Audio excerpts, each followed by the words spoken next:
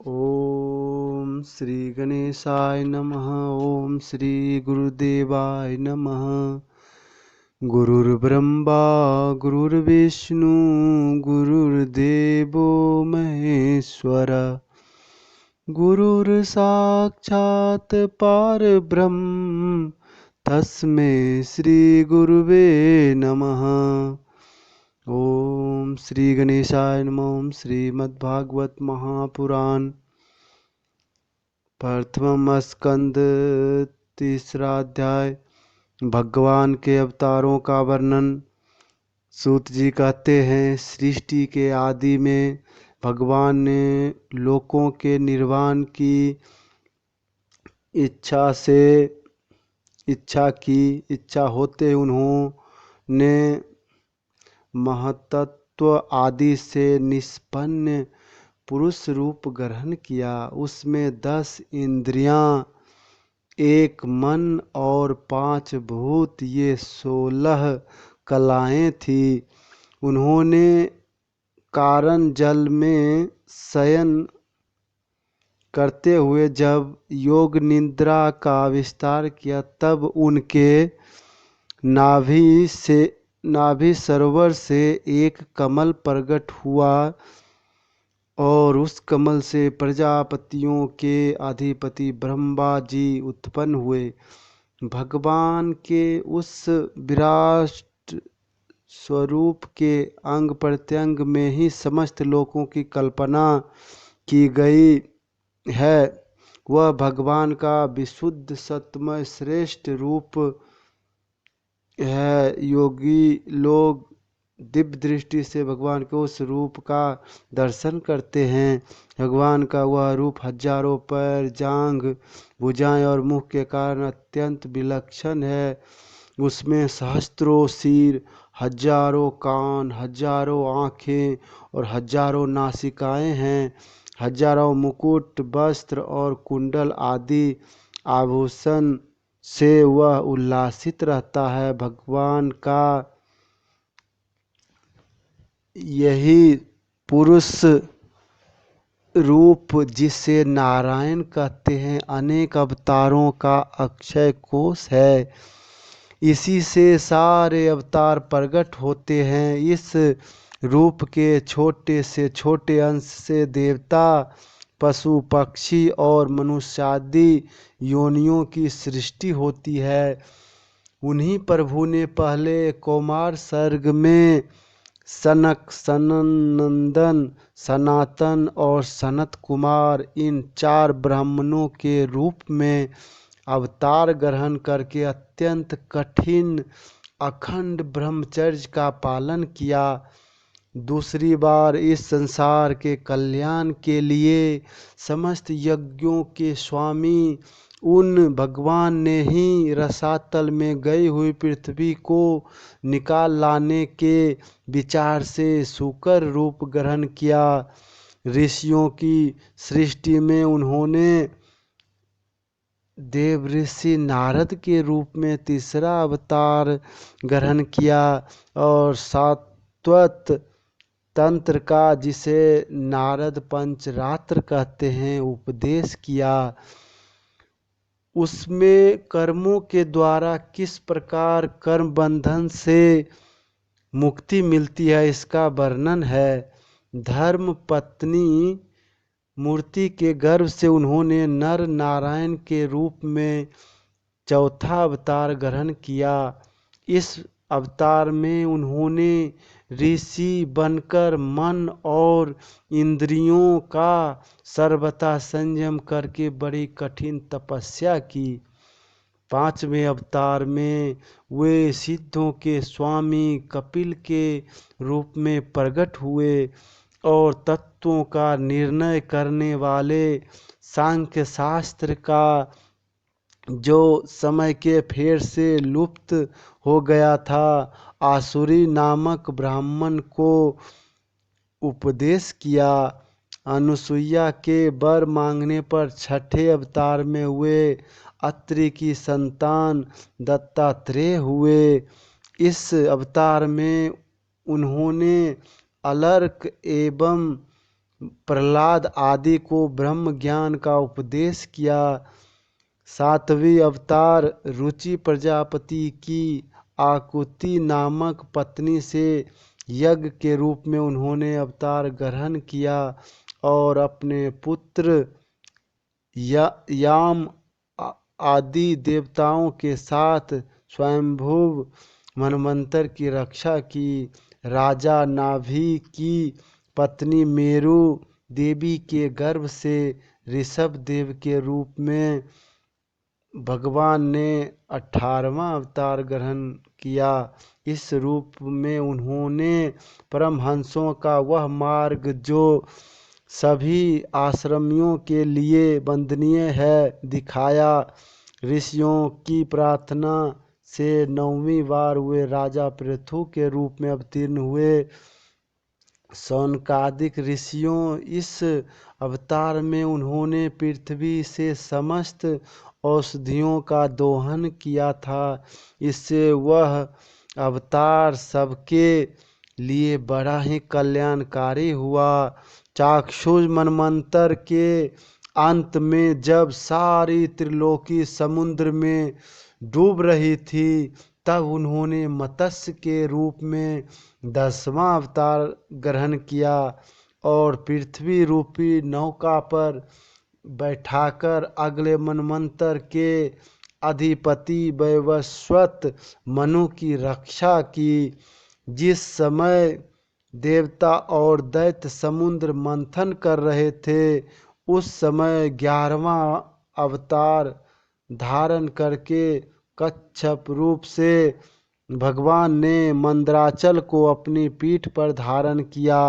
12वीं बार धन्वंतरी के रूप में अमृत लेकर समुद्र से प्रकट हुए और 13वीं बार मोहिनी रूप धारण करके दैत्यों को मोहित करते हुए देवताओं को अमृत पिलाया।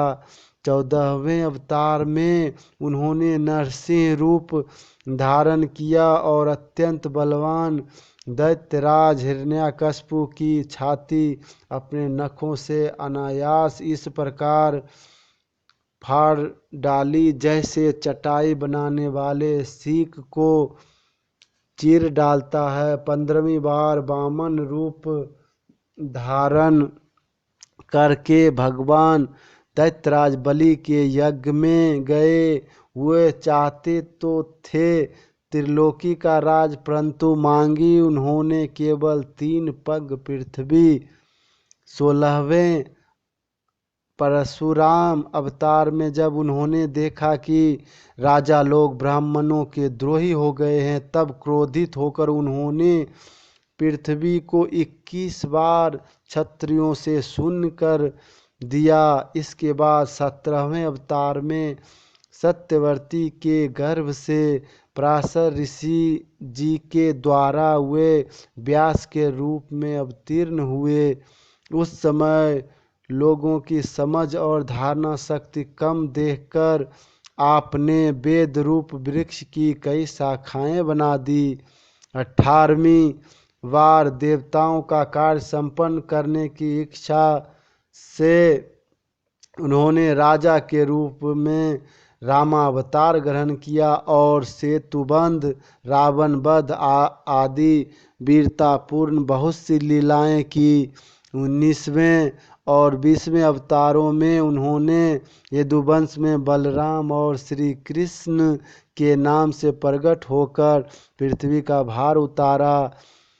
उसके बाद कलयुग आ जाने पर मगध देश बिहार में देवताओं के द्वेषी दैत्यों को मोहित करने के लिए अजन के पुत्र रूप में आपका बुद्धावतार होगा। इसके भी बहुत पीछे जब कलयुग का अंत समीप होगा राजा लोग प्रायः लुटेरे हो जाएंगे तब जगत के रक्षक भगवान विष्णु यश नामक ब्राह्मण के घर कल्कि रूप में अवतीर्ण होंगे। शौनकादि ऋषियों जैसे अगाध सरोवर में हजारों छोटे छोटे नाले निकलते हैं वैसे ही सत्व निधि भगवान श्री हरि के असंख्य अवतार हुआ करते हैं। ऋषि, मनु, देवता, प्रजापति, मनुपुत्र और जितने भी महान शक्तिशाली हैं वे सब के सब भगवान के ही अंश हैं। ये सब अवतार तो भगवान के अंशावतार अथवा कलावतार है, परंतु भगवान श्री कृष्ण तो स्वयं भगवान अवतारी ही हैं। जब लोग दैत्यों के अत्याचार से व्याकुल हो उठते हैं तब युग युग में अनेक रूप धारण करके भगवान उनकी रक्षा करते हैं। भगवान के दिव्य जन्मों की यह कथा अत्यंत गोपनीय रहस्यमयी है। जो मनुष्य एकाग्र चित्त से नियम पूर्वक सायंकाल और प्रातः काल प्रेम से इसका पाठ करता है वह सब दुखों से छूट जाता है। प्रकृति स्वरूप रहित चिन्मय भगवान का जो यह स्थूल जगदाकार रूप है यह उनकी माया के महत्वादि गुणों से भगवान में ही कल्पित है। जैसे बादल वायु के आश्रय रहते हैं और दूसरापन धूल में होता है, परंतु अल्प बुद्धि मनुष्य बादलों का आकाश में और दूसरेपन का वायु में आरोप करते हैं, वैसे ही अविवेकी पुरुष सबके साक्षी आत्मा में स्थूल सदृश रूप जगत का आरोप करते हैं। इस स्थूल रूप से परे भगवान का एक सूक्ष्म अव्यक्त रूप है जो न तो स्थूल की तरह आकाश आदि गुणों वाला है और न देखने सुनने में ही आ सकता है, वही सूक्ष्म शरीर है। आत्मा का आरोप या प्रवेश होने से यही जीव कहलाता है और इसी का बार बार जन्म होता है। उपयुक्त सूक्ष्म और स्थूल शरीर अविद्या से ही आत्मा में आरोपित है। जिस अवस्था में आत्मस्वरूप के ज्ञान से यह आरोप दूर हो जाता है उसी समय ब्रह्म का साक्षात्कार होता है। तत्वज्ञानी लोग जानते हैं कि जिस समय यह बुद्धि रूपा परमेश्वर की माया निवृत्त हो जाती है उस समय जीव परमानंदमय हो जाता है और अपनी स्वरूप महिमा में प्रतिष्ठित होता है। वास्तव में जिनके जन्म नहीं है और कर्म भी नहीं है उन हृदयेश्वर भगवान के अप्राकृत जन्म और कर्मों का तत्वज्ञानी लोग इसी प्रकार वर्णन करते हैं, क्योंकि उनके जन्म और कर्म के वेदों के अत्यंत गोपनीय रहस्य है। भगवान की लीला अमोघ है, वे लीला से ही इस संसार का सृजन पालन और संहार करते हैं, किंतु इसमें आसक्त नहीं होते। प्राणियों के अंतःकरण में छिपे रहकर ज्ञानेंद्रियां और मन के नियंता के रूप में उनके विषयों का ग्रहण भी करते हैं, परंतु उनसे अलग रहते हैं। वे परम स्वतंत्र हैं, ये विषय कभी उन्हें लिप्त नहीं कर सकते। जैसे अनजान मनुष्य जादूगर अथवा नट के संकल्प और वचनों से की हुई करामात को नहीं समझ पाता, वैसे ही अपने संकल्प और वेदवाणी के द्वारा भगवान के प्रकट किए हुए इन नाना नाम और रूपों को तथा उनकी लीलाओं को कुबुद्धि जीव बहुत सी तर्क युक्तियों के द्वारा नहीं पहचान सकता। चक्रपाणी भगवान की शक्ति और पराक्रम अनंत है, उनकी कोई था नहीं पा सकता। वे सारे जगत के निर्माता होने पर भी उसे सर्वथा परे है। उनके स्वरूप को अथवा उनकी लीला के रहस्यों को वही जान सकता है जो नित्य निरंतर निष्कपट भाव से उनके चरण कमलों की दिव्य गंध का सेवन करता है, सेवा भाव से उनके चरणों का चिंतन करता रहता है।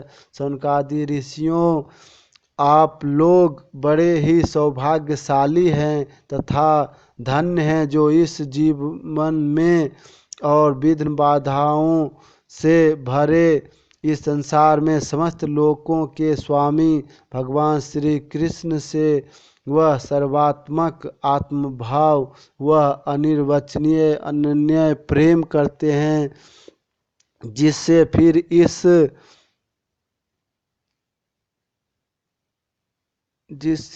फिर जन्म मरण संसार के भयंकर चक्र में नहीं पड़ना होता।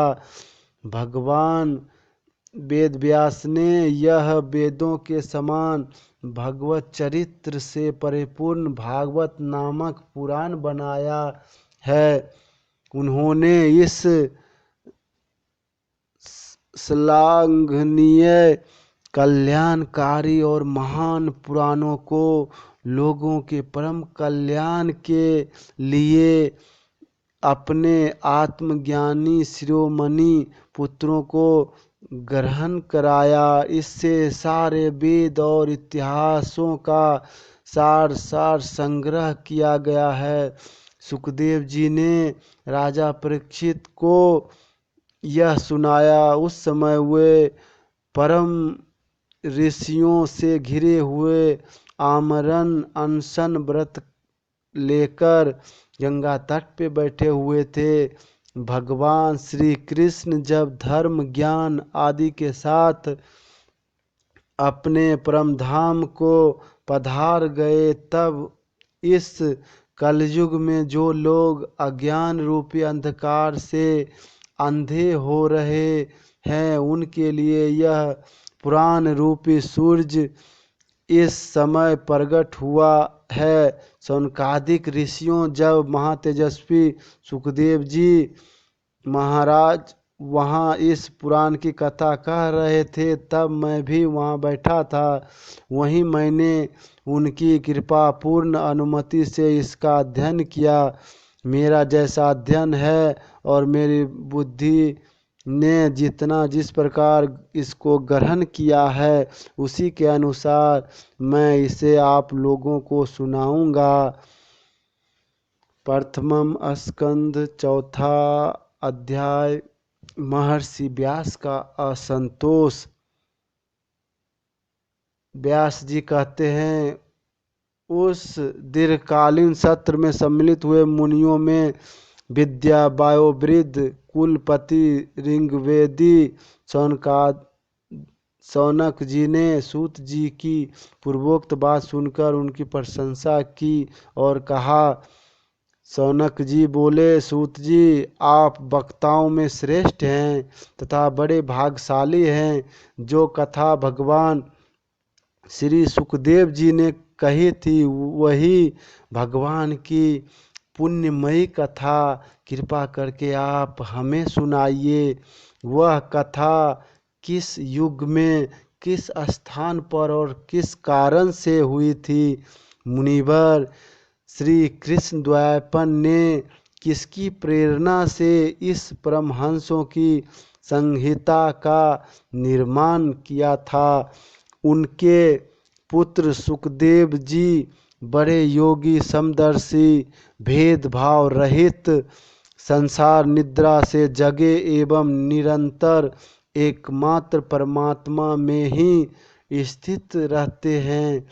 वे छिपे रहने के कारण मूढ़ से प्रतीत होते हैं। व्यास जी जब संन्यास के लिए वन की ओर जाते हुए अपने पुत्र का पीछा कर रहे थे, उस समय जल में स्नान करने वाली स्त्रियों ने नंगे सुखदेव को देखकर तो वस्त्र धारण नहीं किया, परंतु वस्त्र पहने हुए व्यास जी को देखकर लज्जा से कपड़े पहन लिए थे। इस आश्चर्य को देखकर जब व्यास जी ने उन स्त्रियों से इसका कारण पूछा, तब उन्होंने उत्तर दिया कि आपकी दृष्टि में तो अभी स्त्रियां पुरुष का भेद बना हुआ है, परंतु आपके पुत्र की शुद्ध दृष्टि यह भेदभाव नहीं है। कुरुजांगल देश में पहुंचकर हस्तिनापुर में वे पागल, गूंगे तथा जड़ के समान विचरते होंगे। नगरवासियों ने उन्हें कैसे पहचाना? पांडव नंदन राजर्षि परीक्षित का इन मौनी सुखदेव जी के साथ संवाद कैसे हुआ, जिसमें यह भगवत संहिता कही गई? महाभाग श्री सुखदेव जी तो गृहस्थों के घरों को तीर्थ स्वरूप बना देने के लिए उतनी ही देर उनके दरवाजे पर रहते हैं जितनी देर में एक गाय दूही जाती है।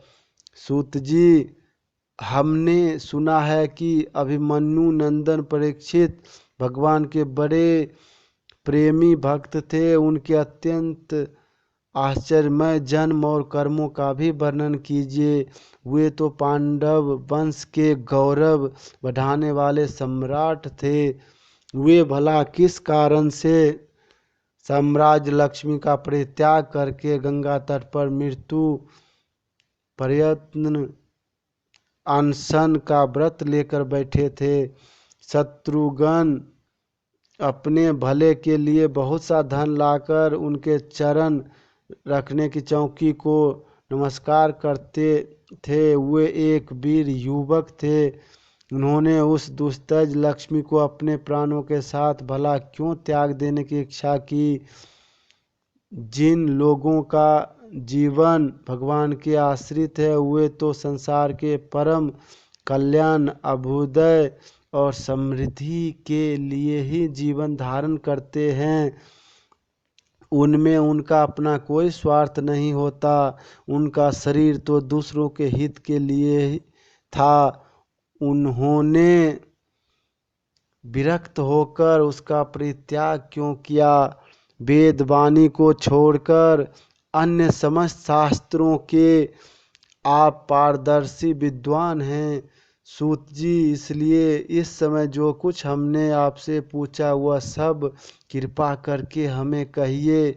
सूत जी ने कहा, इस वर्तमान चतुर्युगी के तीसरे युग द्वापर में महर्षि पराशर के द्वारा वसु कन्या सत्यवती के गर्भ से भगवान के कलावतार योगीराज व्यास जी का जन्म हुआ। एक दिन वे सूर्योदय के समय सरस्वती के पवित्र जल में स्नान आदि करके एकांत पवित्र स्थान पर बैठे हुए थे। महर्षि भूत और भविष्यों को जानते थे। उनकी दृष्टि अचूक थी। उन्होंने देखा कि जिसको लोग जान नहीं पाते, ऐसे समय के फेर से प्रत्येक युग में धर्म संकरता और उसके प्रभाव से भौतिक वस्तुओं की भी शक्ति का ह्रास होता रहता है। संसार के लोग श्रद्धाहीन और शक्ति रहित हो जाते हैं। उनकी बुद्धि कर्तव्य का ठीक ठीक निर्णय नहीं कर पाती। आयु भी कम हो जाती है। लोगों को इस भाग्यहीनता को देखकर उन मुनीश्वरों ने अपनी दिव्य दृष्टि से समस्त वर्णों और आश्रमों का हित कैसे हो, इस पर विचार किया। उन्होंने सोचा कि वेदोक्त चातुर्होत्र कर्म लोगों का हृदय शुद्ध करने वाला है। इस दृष्टि से यज्ञों का विस्तार करने के लिए उन्होंने एक ही वेद के 4 विभाग कर दिए। व्यास जी के द्वारा ऋक, यजुर, साम और अर्थव, इन 4 वेदों का उद्धार पृथक्करण हुआ। इतिहास और पुराणों को पांचवा वेद कहा जाता है। उनमें से ऋग्वेद पैदल साम गान के विद्वान जैमिनी एवं यजुर्वेद के एकमात्र स्नातक वैशंपायन हुए। अर्थवेद में प्रवीण हुए दारुनंदन सुमंतु मुनि इतिहास और पुराणों के स्नातक मेरे पिता रोमहर्षण थे। इन पूर्वोक्त ऋषियों ने अपनी अपनी शाखाओं को और भी अनेक भागों में विभक्त कर दिया। इस प्रकार शिष्य प्रशिष्य और उनके शिष्यों द्वारा वेदों की बहुत सी शाखाएं बन गई। कम समझने वाले पुरुषों पर कृपा करके भगवान वेदव्यास ने इसलिए ऐसा विभाग कर दिया कि जिन लोगों को स्मरण शक्ति नहीं है या कम है वे भी वेदों का धारण कर सके। स्त्री शूद्र और पतित द्विजाति तीनों ही वेद श्रवण के अधिकारी नहीं है, इसलिए वे कल्याणकारी शास्त्रोक्त कर्मों के आचरण में भूल कर बैठते हैं। अब इसके द्वारा उनका भी कल्याण हो जाए यह सोचकर महामुनि व्यास जी ने बड़ी कृपा करके महाभारत इतिहास की रचना की। शौनकादि ऋषियों यद्यपि व्यास जी इस प्रकार अपनी पूरी शक्ति से सदा सर्वदा प्राणियों के कल्याण में ही लगे रहे, तथापि उनके हृदय को संतोष नहीं हुआ। उनका मन कुछ खिन्न सा हो गया। सरस्वती नदी के पवित्र तट पर एकांत में बैठकर धर्मवेत्ता व्यास जी मन ही मन विचार करते हुए इस प्रकार कहने लगे। मैंने निष्कपट भाव से ब्रह्मचर्य आदि व्रतों का पालन करते हुए वेद गुरुजन और अग्नियों का सम्मान किया है और उनकी आज्ञा का पालन किया है। महाभारत की रचना के बहाने मैंने वेद के अर्थ को खोल दिया है, जिससे स्त्री शूद्र आदि भी अपने अपने धर्म कर्म का ज्ञान प्राप्त कर लेते हैं। यद्यपि मैं ब्रह्मवेत्ता से संपन्न एवं समर्थ हूँ, तथापि मेरा हृदय कुछ अपूर्ण काम सा जान पड़ता है। अवश्य ही अब तक मैंने भगवान को प्राप्त कराने वाले धर्मों का प्रायः निरूपण नहीं किया है। वही धर्म परमहंसों को प्रिय है और वही भगवान को भी प्रिय है। हो न हो मेरी अपूर्णता का यही कारण है। श्री कृष्ण द्वैपायन व्यास इस प्रकार अपने को अपूर्ण सा मानकर जब खिन्न हो रहे थे, उसी समय पूर्वोक्त आश्रम पर देवऋषि नारद जी आ पहुँचे।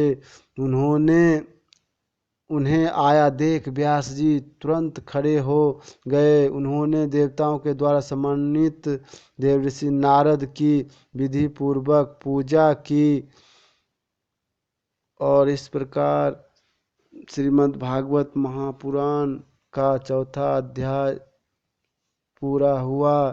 भक्तों, इस चैनल को मोटिवेशनल गुरु चैनल को सब्सक्राइब करें और बेल आइकन को दबाएं और अपना विचार कमेंट सेक्शन में लिखें।